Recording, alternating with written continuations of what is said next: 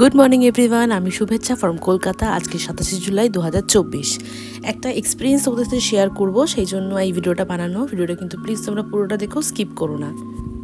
Thumbnail দেখে নিশ্চয়ই বুঝতে পারছো আমি কোথায় গেছি। হ্যাঁ, অ্যাকচুয়ালি আমি বহু বছর পর কালকের আমার কিছু বন্ধুবান্ধব নিয়ে একটু কালীঘাট গেছিলাম।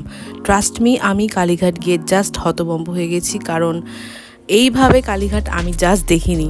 এত সুন্দর করে সাজানো, এন্ট্রেন্স থেকে শুরু করে ভেতরের দোকানপত্র সমস্ত কিছু।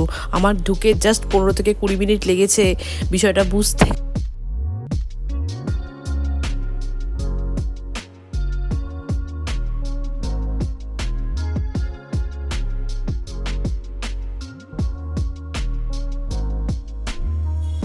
এই মালার দোকানগুলো আগে যেরকম ছিল সেরকমই আছে, এই ভিআইপি গেটগুলো যেরকম ছিল সেরকমই আছে, কিন্তু শিব ঠাকুরের এরিয়াটা পুরোটা চেঞ্জ হয়েছে, রেনোভেট হয়েছে।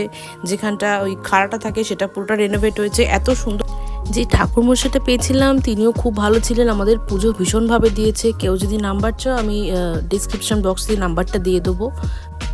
ফেসবুকে দেখলে একটু তোমরা কমেন্ট করো যে নাম্বার চাই, আমি ওনার নাম্বারটা দিয়ে দেবো। উনি জাস্ট আমাদের অপূর্ব পুজো দিয়েছে।